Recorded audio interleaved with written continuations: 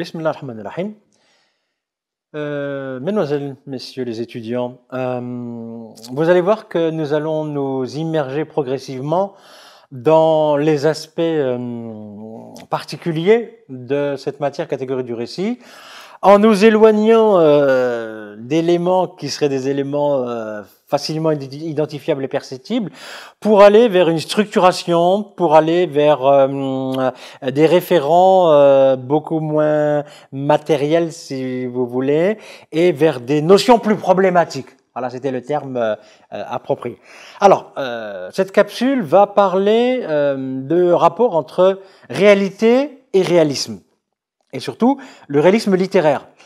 Selon quel type de construction textuelle, sémantique, selon quel codage socioculturel, le romancier, l'écrivain, l'artiste, parvient-il à nous faire accepter le paysage romanesque et littéraire qu'il nous propose dans son œuvre, et selon quel processus d'encodage et de décodage ce travail de diffusion s'opère-t-il, avec quelle nécessité, quelle stratégie, quelle difficulté, quel champ global, bipolaire.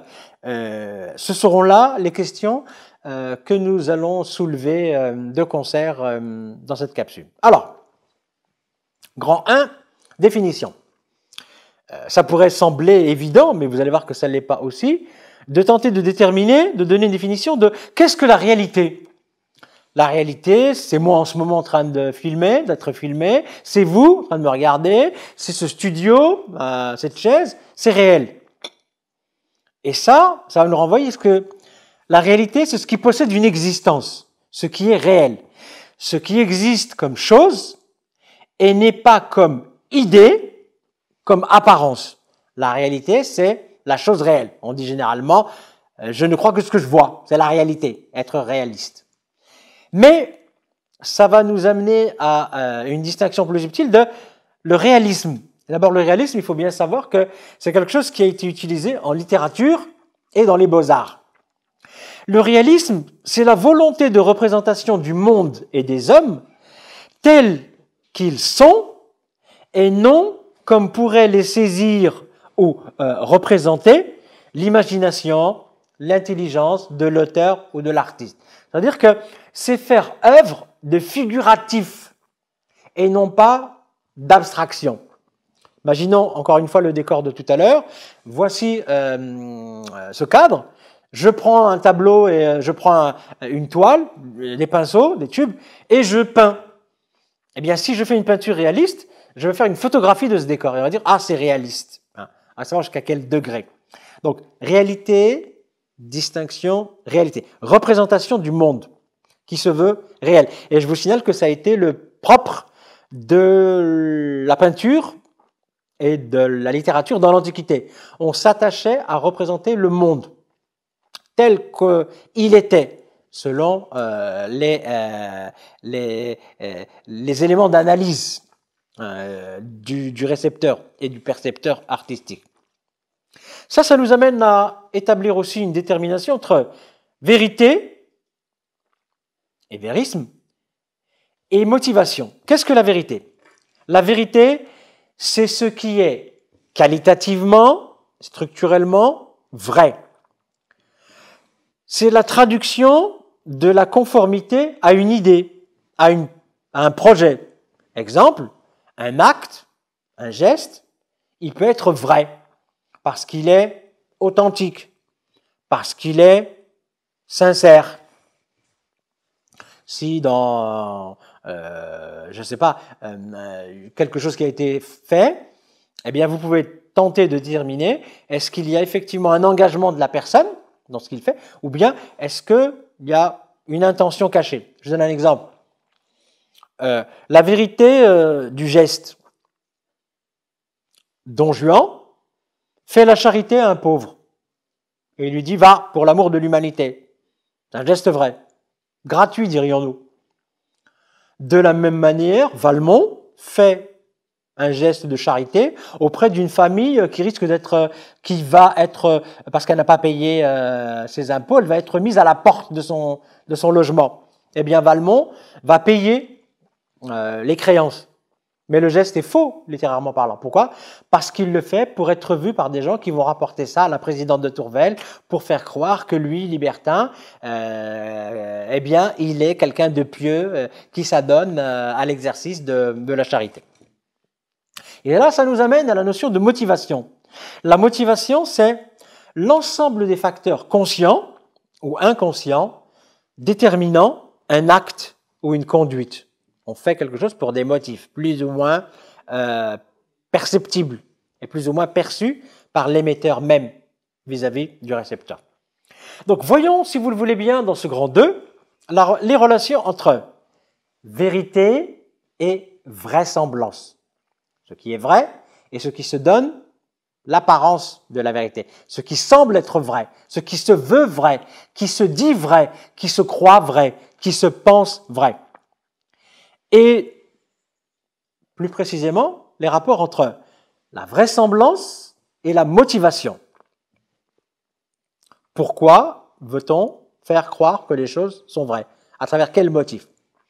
D'abord, il est évident que chez tout romancier, l'objectif principal, le souci majeur, premier, c'est de se faire oublier, comme un illusionniste. Il fait son tour de passe-passe, mais le romancier ne veut pas que le lecteur voit les fils, ou un spectacle de marionnettes, on ne doit pas voir les fils et les ficelles. Donc, il tire des ficelles, mais ça ne doit pas être vu. Tout doit être semblant être naturel. D'accord? Supposé l'être. Donc, volonté de se faire oublier du lecteur. Deuxième élément, pour transmettre son message, eh bien, le romancier a besoin d'un tiers disant. Et pour transmettre, pour opérer ce travail expressif, eh bien, le narrateur a besoin de déléguer cette fonction expressive à un ou des personnages. Les personnages sont les porte-voix, les porte-paroles du narrateur et de l'auteur. Troisièmement, il y a toujours une volonté chez le romancier, chez l'écrivain, d'apparaître comme étant objectif, neutre.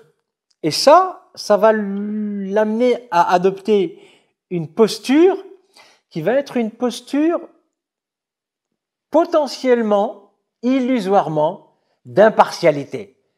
Le narrateur et l'auteur fait semblant de ne pas prendre parti dans le récit, comme si les personnages interagissaient seulement les uns par rapport aux autres. Il n'est pas cette espèce de divinité, ce démiurge qui va s'immiscer dans chacun et les faire s'agir comme des marionnettes. Il va tirer les ficelles. C'est un peu ce que Stendhal disait lorsqu'il comparait le romancier et le roman à un réaliste, à un miroir que l'on promènerait le long d'un chemin et qui ne ferait que capter celui-ci, sans rien déformer, sans rien retirer. Mais je vous signale que même la photographie n'exprime pas la réalité. Elle exprime une réalité. Pourquoi?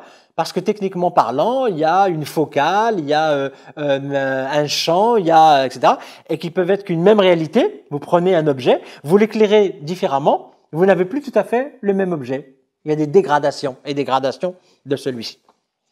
Donc, dans toute fiction, on a l'impression que l'auteur veut et fait un travail d'effacement.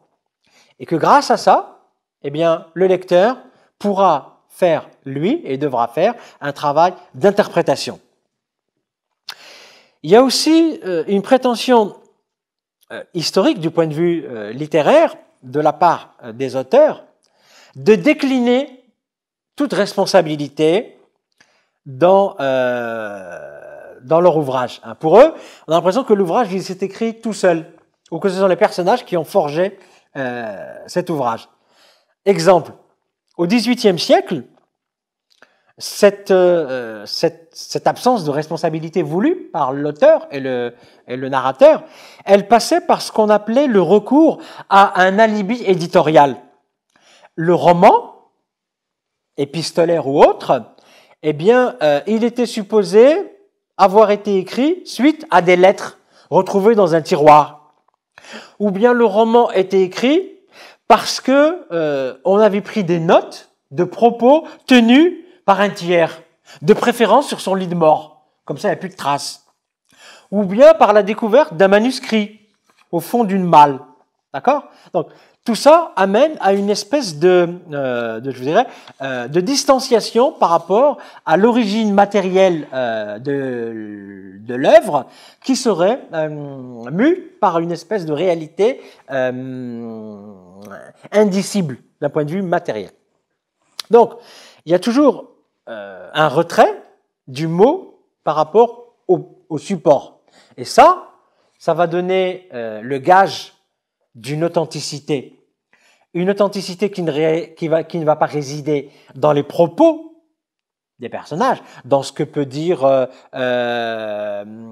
l'héroïne, par exemple Manon Lescaut, ou le Chevalier des Grieux, ou bien Valmont autre, mais dans les manuscrits, dans les supports scriptifs en question. Au XIXe siècle, cette espèce d'éloignement, il était lié au postulat d'une posture mimétique de la réalité par le roman. Le roman ne faisait que copier, mimer la réalité qu'il avait en face de lui. Et donc, il y avait une espèce d'innocence en termes moraux, hein, du romancier, de l'auteur. Il ne fait qu'un cliché photographique. Si on admet ce postulat et ce présupposé, se pose quand même le problème et la question de savoir d'où pourrait bien provenir le caractère de vraisemblabilité généralement attribué au roman. Pourquoi, lorsque nous lisons un roman, nous y croyons, même quand la ficelle est grosse? Et parce que la ficelle est grosse et trop grosse, eh bien, pourquoi a-t-on confiance et accorde-t-on notre confiance et notre croyance au roman et au romancier, à l'écrivain et à ce qu'il a écrit? Eh bien, un début de réponse serait que le caractère vrai, la véridiction ou la véracité, qui est le propre d'un bon roman, il provient de la conjonction, de l'intersection entre le récit, l'objet produit, et l'attente du lecteur, c'est-à-dire ce que le lecteur veut, désire, espère trouver dans le récit. Et là, je vous signale que ça renvoie à Bakhtin, dans ce que Bakhtin a appelé le dialogisme. Dans le roman, dans l'écriture du roman et dans son expression, il y a toujours une interpellation du lecteur. Hein. Une œuvre, elle va dans les deux sens. Elle va du romancier au lecteur et du lecteur au romancier. C'est-à-dire, il y a l'émission d'un élément, mais il y a aussi un feedback à travers la lecture et à travers l'interprétation. Et tout roman qui écrit interpelle dans le temps et dans l'espace le lecteur. Ça renvoie aussi à ce que Josse, ce critique allemand contemporain, a appelé dans la réception critique l'horizon d'attente. Josse dit que l'écrivain produit en fonction de ce qu'il sait être l'attente de son public ciblé. Et donc, il va donner une réponse à une question qu'il sait déjà être... Il va tenter de donner une réponse à une question qu'il sait déjà être posée par tout lecteur. Ça nous amène à un constat. Si l'attente du lecteur, elle est variable dans le temps et dans l'espace, elle est variable dans la diversité socio-culturelle, eh bien, cette attente du lecteur, est-ce qu'elle est toujours perceptible de la même manière? J'ai un exemple. Et la réponse, évidemment, est non. L'attente du lecteur, elle est différente. Exemple, si vous lisez un roman de chevalerie du Moyen-Âge, eh bien, ou chez Mishima, même pas un roman de chevalerie, mais un roman contemporain, eh bien, chez Mishima, auteur japonais du siècle, de la Deuxième Guerre mondiale, le suicide du personnage principal et du héros n'est pas de l'ordre de la lâcheté, il est de l'ordre de la bravoure.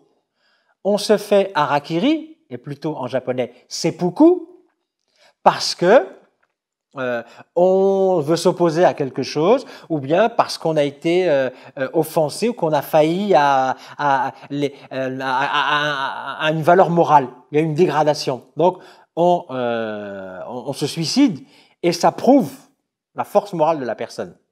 Eh bien, le suicide d'Emma Bovary, lui, est plutôt de l'ordre de la lâcheté, de la fuite, de la bassesse, d'un comportement petit bourgeois. Il n'a rien d'héroïque, il n'a rien de chevaleresque. D'accord? Donc le suicide, dans le temps et dans l'espace, ne signifie pas la même chose dans l'horizon d'attente du lecteur. De la même manière, la vraisemblabilité d'un récit peut aussi être sous-tendue par un certain nombre, en dehors des croyances collectives dont je vous ai parlé, de mythes structurants. Et là, ça renvoie à l'anthropologie. De présupposés, positifs ou négatifs, d'éléments explicites, de règles comportementales qui vont coder les actions et les réactions des personnages à travers des rôles. Je vous avais parlé, si vous vous souvenez, de Vladimir Propp, en vous disant que depuis Vladimir Propp et après avec Genette, Todorov et d'autres, Brémond et Grémas, le héros n'agit pas de telle ou telle manière parce qu'il est un héros, non, parce qu'il est un personnage pris dans un schéma actentiel et qu'il doit, il fait son travail de héros, de la même manière que le méchant n'est pas méchant, mais il joue le rôle du méchant. Et donc il a un rôle dans le schéma actentiel du récit en question. Et ça va devoir nous amener à déterminer la notion du réalisme. La notion du réalisme a été vue par un critique littéraire qui s'appelait Eric Auerbach. Eric Auerbach, en 1968, a réalisé un ouvrage conséquent qu'il a appelé Mimesis, qui renvoie évidemment à la notion aristotélicienne d'imitation par rapport à la diégésis. Donc, Eric Auerbach a montré que dans la littérature occidentale allant de l'Antiquité à Homère jusqu'à la modernité Virginia Woolf, eh bien, il était possible de viser un certain nombre de traits récurrents dans la détermination d'éléments structurants d'expression de cette catégorie réaliste. Et Eric Auerbach considère à un moment donné, il analyse le Germinal de Zola, il considère que le Germinal de Zola est le miroir d'une société et qu'au fond, il émet le postulat d'une conformité de ce texte à la société de son époque. Eric Auerbach dit, à propos de Zola, je le cite, « Zola sait ce que les hommes ont pensé et dit ». Donc il a une espèce il est le porte-parole d'une époque, d'une société, d'une culture. Ça, c'est ce que Eric Auerbach dit. Et pour le prendre en défaut, quelques décennies plus tard, en 1980, Henri Mitterrand, dans Discours du roman, lui, il dit que Zola fait parler ses personnages selon les exigences de leur situation. Zola dit des éléments narratifs reliés au personnage parce que c'est le contexte qui s'y prête et qui l'impose. Henri Mitterrand dit que Zola opère une classification des personnages typologiquement, non pas de façon proprement typologique, mais de façon stéréotypée. La typologie et le stéréotype. Pour lui, il y a une typologie du deuxième degré, une typologie vue selon le canevas socioculturel, hein, selon des schémas culturels particuliers. D'accord ? De la même manière, Henri Mitterrand dit que la distribution thématique et narrative qui est présentée chez Auerbach comme un reportage, elle est plutôt, pour lui, le signifiant d'un discours circulant. D'un discours circulant qui serait un véhicule implicite dans le texte. Et je vais revenir tout à l'heure sur cet élément particulier. De la même manière, Henri Mitterrand dit que la parole interne du romancier, elle est d'abord préformée, elle est préformatée par le discours de son époque, par l'idéologie, par la morale, l'ambiance. Je m'explique. Zola dit ce qu'il dit sur les bourgeois, les ouvriers, pas parce qu'il traduit une espèce de réalité historique et sociale, mais parce que Zola, bourgeois, appartenant à cette catégorie, prend position pour le peuple, mais en tant que bourgeois. Et il véhicule une posture particulière dans un temps et un espace donné. Il ne fait que répéter des schémas culturels ambiants. Il n'innove pas, il n'oblitère pas une structure existante, une structure prévalente. Donc se pose à la limite la question de savoir comment envisager le rôle de cette sociabilité qui préformate le discours que l'on a sur l'œuvre et les personnages, autant que la manière de vivre cette réalité que de la décrire. Et ça va nous amener à une deuxième question.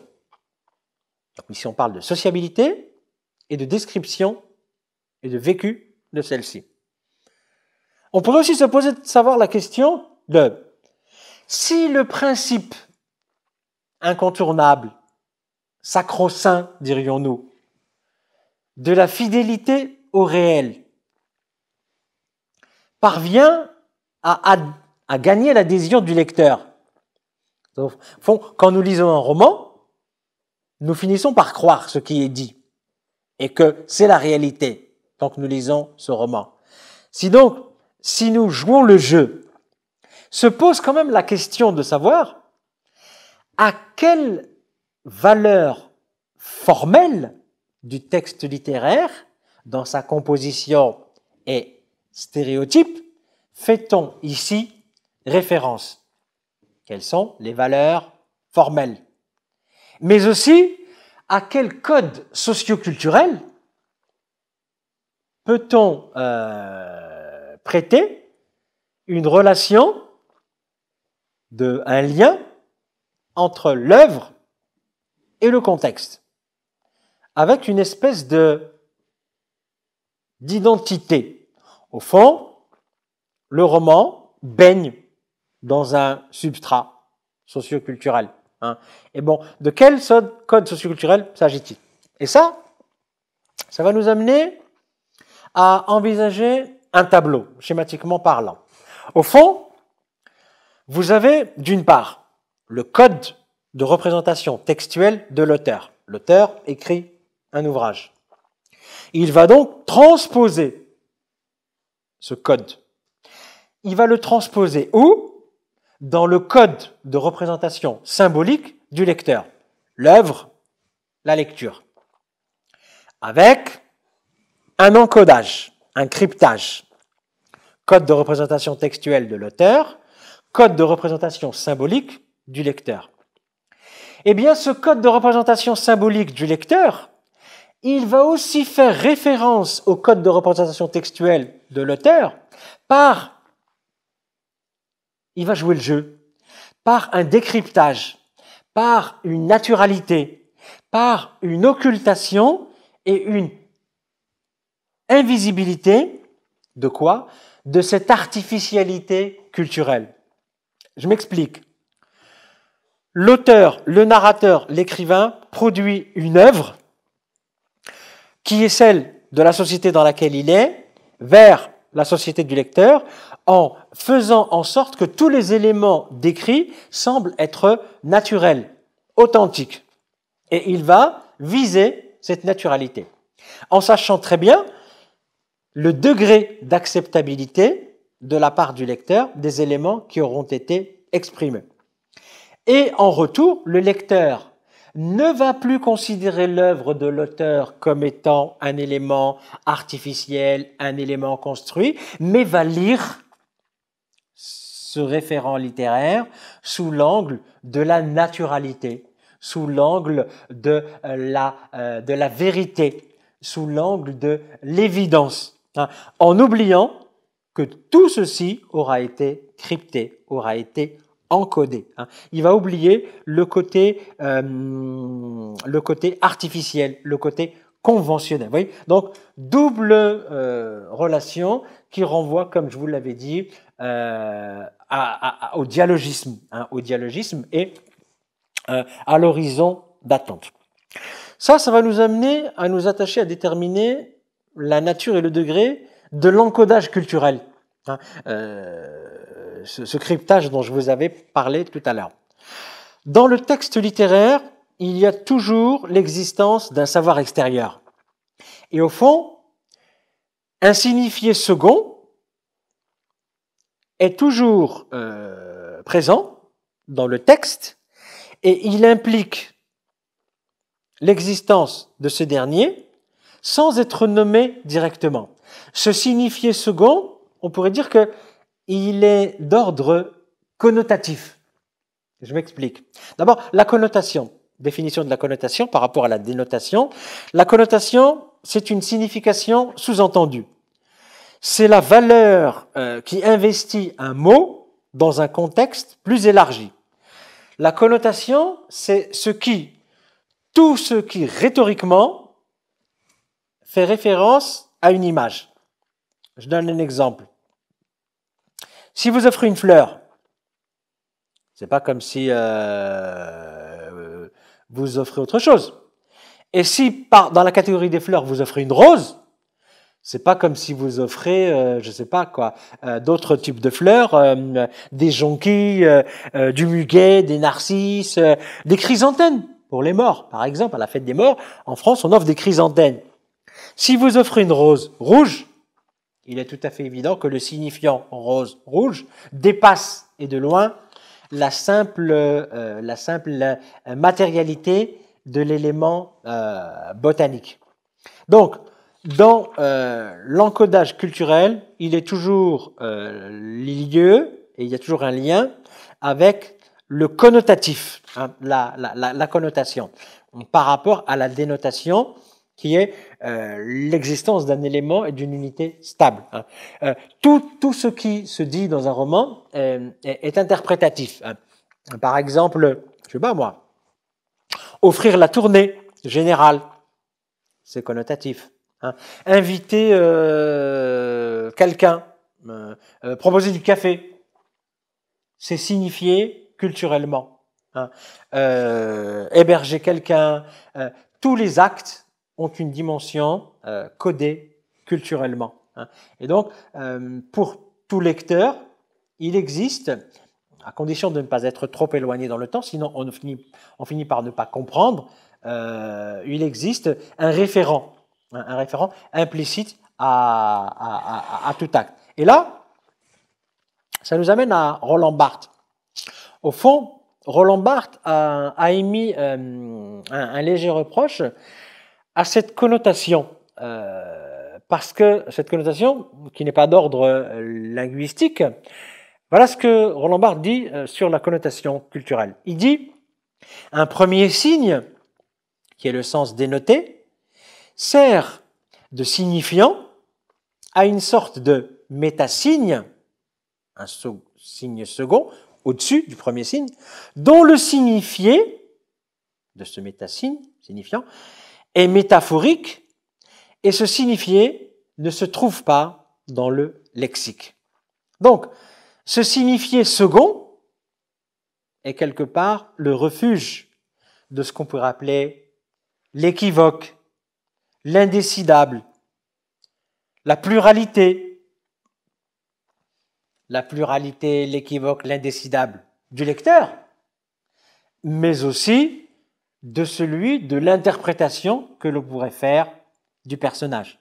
Au fond, ce signifié, il renvoie à des signifiants eux-mêmes mal définis, discontinus, variables.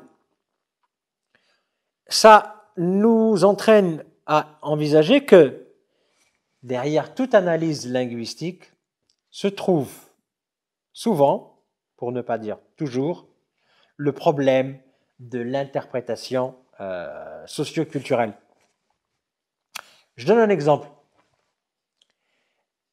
Emma Bovary, lorsqu'elle offre à ses compagnons de route un certain nombre d'objets, Emma Bovary offre tour à tour une tabatière, une cravache à ses amis de passage, à Rodolphe, Léon et à d'autres. Eh bien, si pour un lecteur contemporain, ce sont des objets usuels, des objets masculins, une tabatière, c'est normal, un homme ça fume, une cravache, normal, un homme ça fait du cheval. Eh bien, dans la logique socio-culturelle du XIXe siècle et dans celle de Gustave Flaubert, l'objet tabatière et l'objet cravache offert par Emma à ses amis masculins est une critique virulente d'Emma, mais donc de la personne Emma Bovary, mais aussi de la classe sociale à laquelle elle appartient et du siècle dans lequel elle vit. Pourquoi? Eh bien, Emma offre des objets sans importance, sans valeur, sans surface. Pourquoi?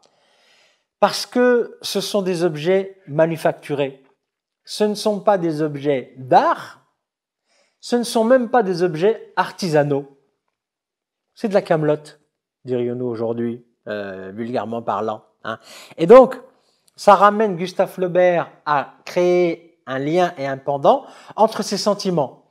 Les sentiments qu'Emma porte à Léon, Rodolphe et autres sont aussi des sentiments de deuxième zone, sont des éléments manufacturés, des objets industriels.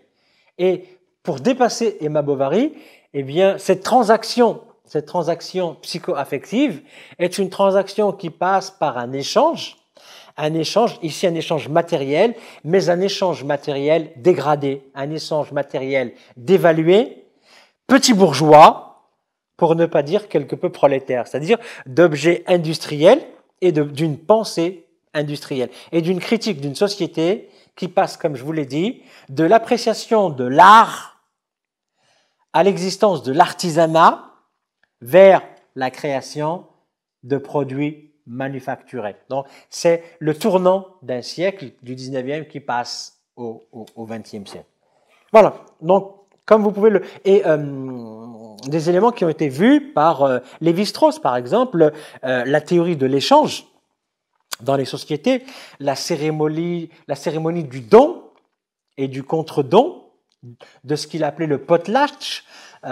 Chez les primitifs, il était d'usage d'accumuler un certain nombre de richesses toute l'année, et à un moment donné, on détruisait tout, l'espèce de consommation effrénée, pour pouvoir passer à un autre cycle de... Donc on consommait tout, et donc production, thésaurisation, destruction, reproduction.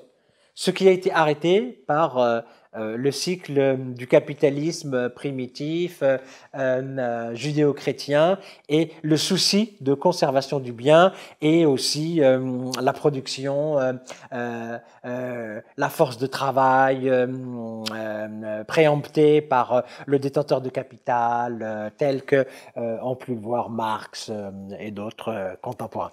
Voilà.